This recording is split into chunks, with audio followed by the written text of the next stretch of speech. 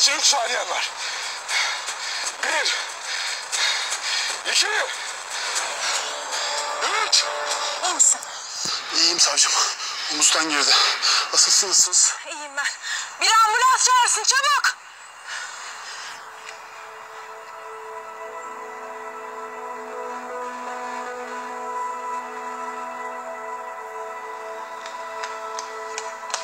Yavuz.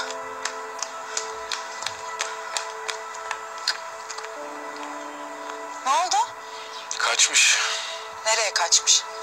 Arabayı bırakmış gitmiş. Ben aradım polisi ya. Kaçamaz, yakalarlar. Sen iyi misin? İyiyim. İbrahim vuruldu ama kötü değil.